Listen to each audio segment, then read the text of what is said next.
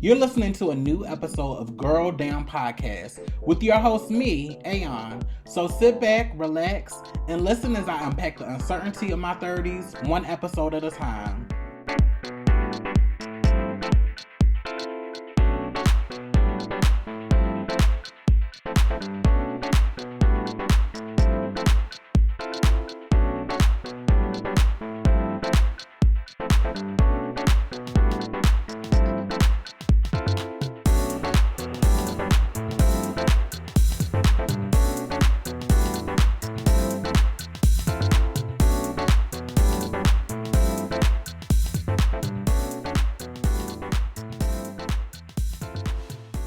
Happy New Year, y'all. What's going on? Happy 2020. Welcome to a new episode of Girl Down Podcast with me, Aon.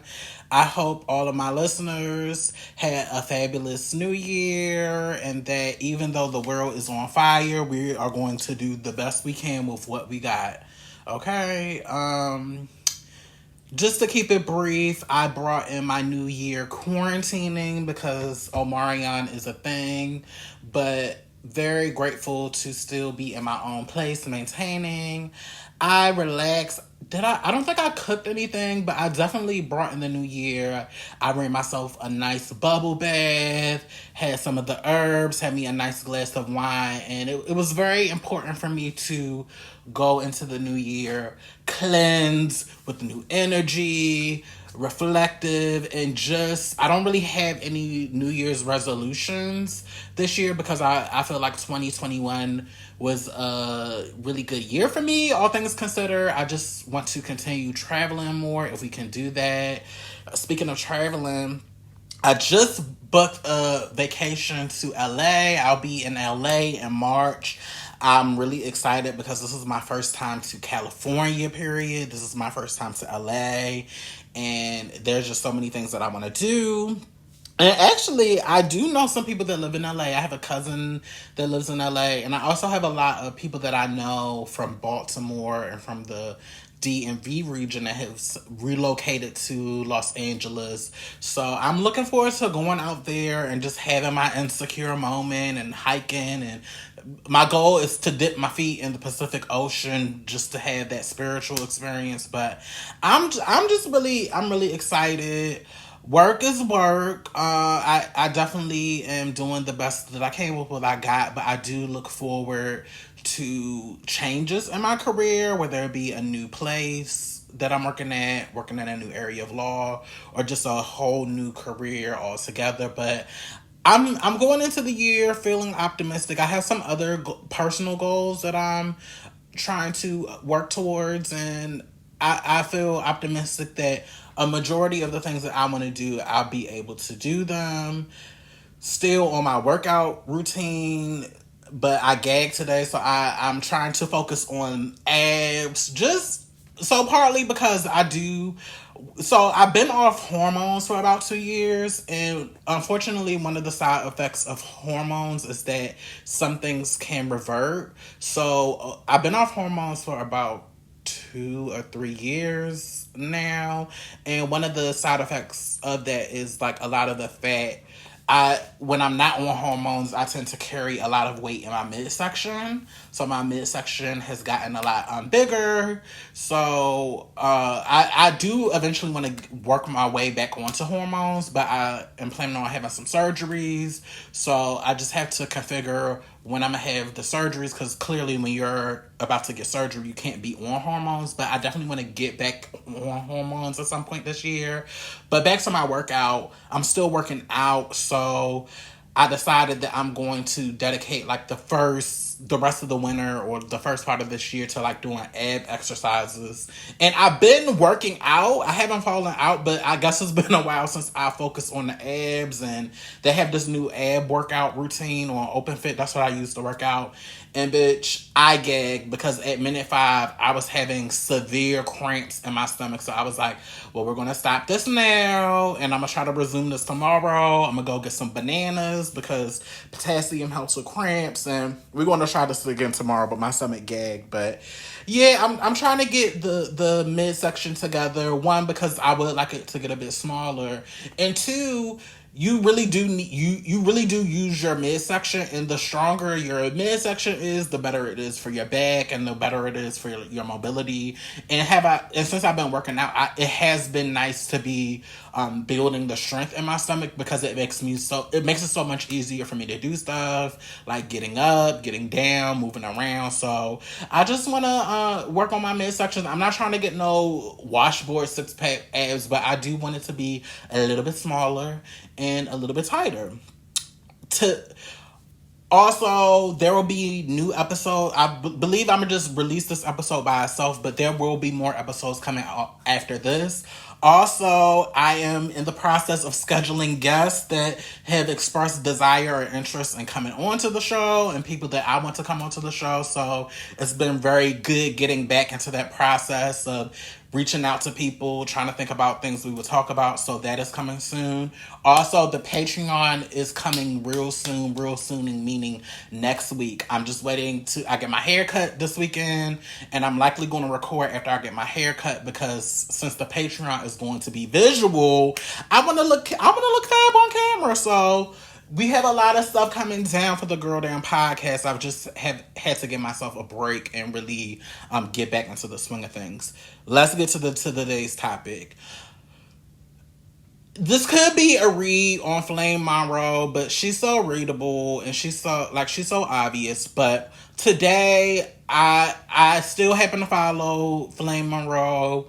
And for all intents and purposes, I'll use she and her pronouns because it will be easier for me in my analysis. But we know what her politics is and what she likes to be referred to as. But I refer to her as a trans woman. She, her, pronouns, whatever. She was on live. I don't know what prompted her to go onto live, but she did a live. And she was on there with Samson McCormick, who is a black gay comedian, and I believe he's actually from the DMV area, but he's been in Los Angeles for some years now. He's a comic, and they were on the live, and the gist of the conversation, because I didn't stay on there long, Flame was talking about how the trans woman who was on Jeopardy, who won a whole bunch of money, got robbed. And I think she's from like the Bay Area, but she had got robbed. But Flame was saying how the trans community, or the activists in the trans community, we need to take notes from this white trans woman who won all this money, because she was able to go on TV and they respected her and they called her ma'am and Mrs. And that's the example that we need to follow in the community. And when you come in rah, you can't get at the table, and you can't have the conversation with these people, and you can't create change. And this is part of Flame's politic. Every time there's some type of round table where it's multiple trans women, or when Flame is representing the community, her position is we need to be accepting of differing views of opinions, or we have to be easy and we have to be gentle with people, and that's how you win the game. And all of that activism and all of that stuff, it does nothing. It doesn't get your foot in the door. People don't care about it. You can't be aggressive. You can't be mean. Y'all already know my position on that. I think all of that is a bullshit. I think that those are fucked up politics. And also, Samson McCormick was co-signing Flame in the past couple of months, particularly when it came to the Dave Chappelle comedy thing, and when they were specifically reaching out to comedians in the black LGBTQ community. They reached out to Flame and Samson a lot, and I'm pretty sure that they're familiar with each other because they're both based in LA and they both probably work the same circuits, and they both have this shuck and jive massa type of politics, because that's the world that they live in, and that's what works for them. The purpose of me doing this episode in 2022, and this is my personal motto for life, period. But in 2022, bitch, we maintaining our militancy over here, and let's not be foolish, right? Nobody's not saying that you don't have to be the quote unquote unproblematic one, or you can't. You don't have to be nice, or you don't have to play the game. Nobody is saying that.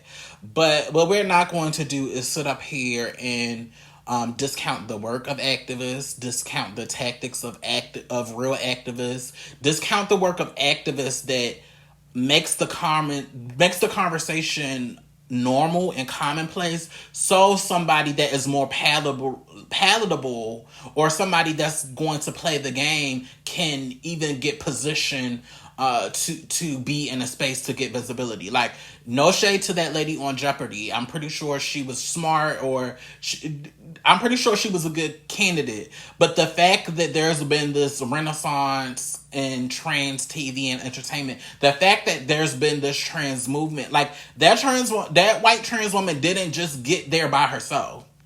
Like, it's because of the succession of things. It's because of the conversations that we've been having that has created awareness, that has created visibility. So people who are not as, I'm not going to say antagonistic, but people who are not going to be confrontational, or people who don't even want their transness to be the forefront of their identity. The groundwork is already laid, so you can just come in and be smart, or be fab, or or be anything that you want to be. But what we're not going to do is discount the work of activists, because it's necessary, because nobody is openly just going to open the door and let you in.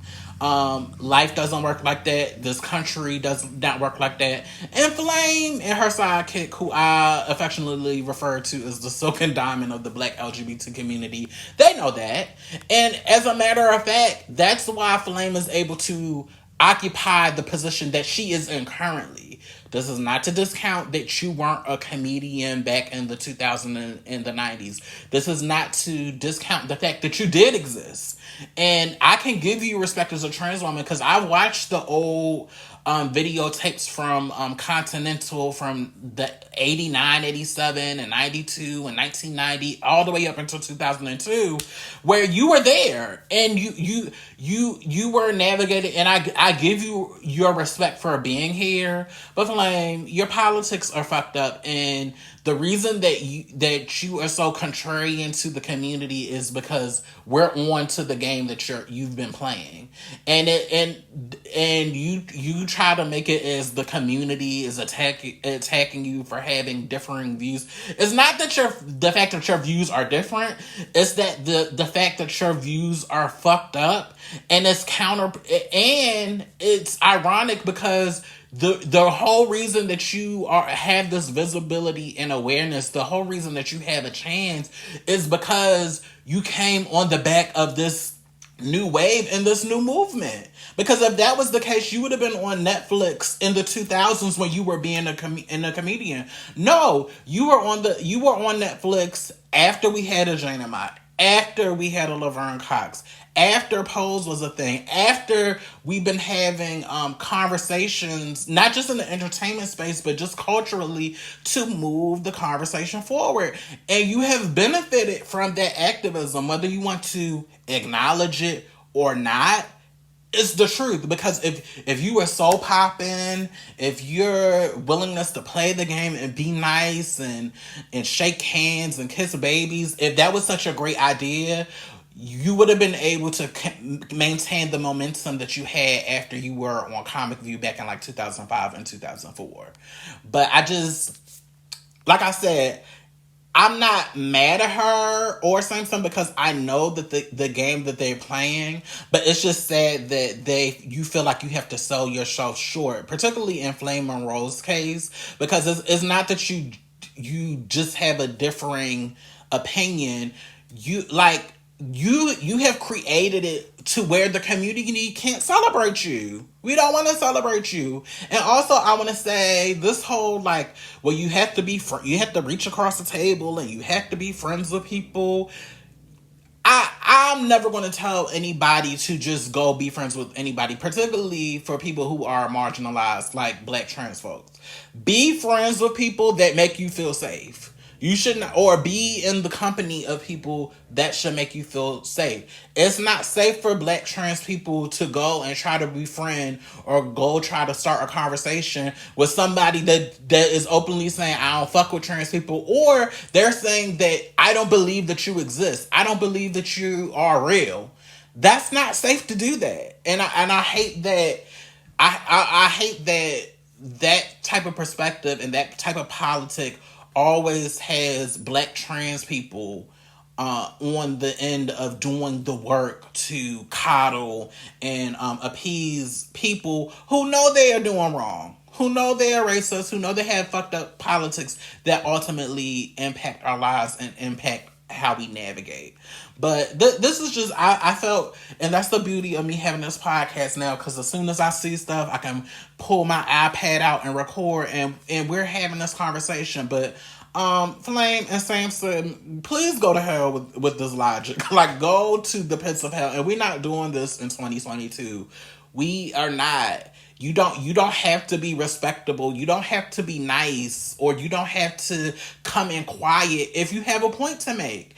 And real activism, real down in the gutter activism creates change, and it creates a new foundation which other people are able to benefit from. Even Flame is being able to benefit from this platform, because you're able to align with Charlamagne, so all people they wouldn't have given trans folks the time of day. Now it's comfortable for y'all to align because you have the politics of a pimp hotep black man, but like, don't be no fool. Like, you're like, it's not you that are just walking into these opportunities. It's not like you were just walking down the street and you were there, because you're not that funny. Let's be honest. You are not funny like that.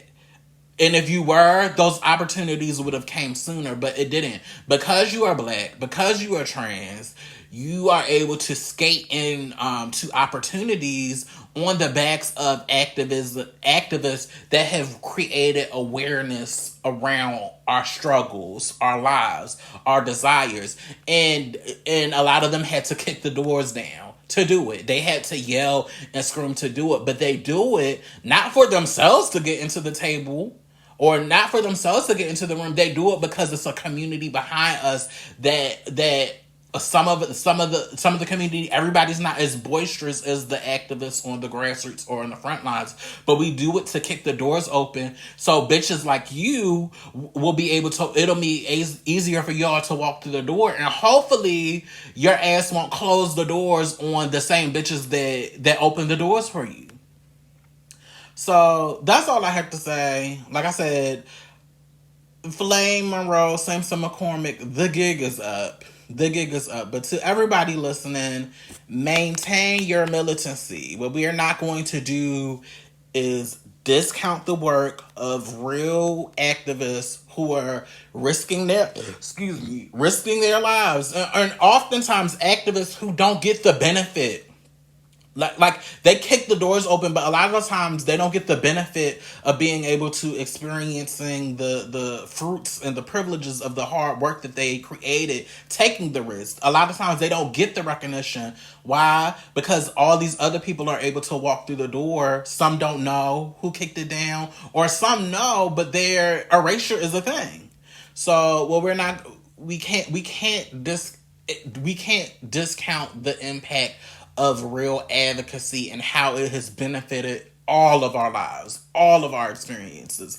Even me sitting here right now, how the activism of my forefathers and foremothers and four siblings in the trans movement have created a space so where I can speak freely, speak openly, be as respectful as I want to, or be as vulgar and gutter butt and bangy cunt as I want to. But that's my right because somebody sacrificed for me. And it's really a slap in the face to the activists. And in Flame's case, since Flame has been here, it's a slap in the face to yourself. Because you weren't coming in respectable when you were coming in openly trans with titties and into those black conservative comedian spaces. So come on. So keep that over there. To the people, maintain your militancy. Say how you feel. And if people are uncomfortable by it or people feel some type of way, oh fucking well. We at the end of the world. We don't know how much time we have left on this earth because something new is happening every day. So it's better to be real and tell a bitch how you feel and shake up systems so all of us can be free. But that's all I have to say on this topic. Like I said, stay tuned. New episodes are coming down the pipeline as we speak. The Patreon will be launched with, it'll probably be 2 videos on there, but it'll be launched. So be checking for that next week. I hope you all have a great new year. I hope you all are, January is kind of hard, but I hope you all are making the best out of January. I'm trying to do the same. And I will talk to y'all soon. Bye. Thank you for listening to another episode of Girl Down Podcast with me, Aeon. If you like the show, please be sure to go on over to Apple Podcasts and rate and review this podcast. Also, make sure that you're engaging with me on social media. Also, if you have any inquiries or you want to send me any questions, be sure to email me at girldownpodcast@gmail.com. Until next time, bye y'all.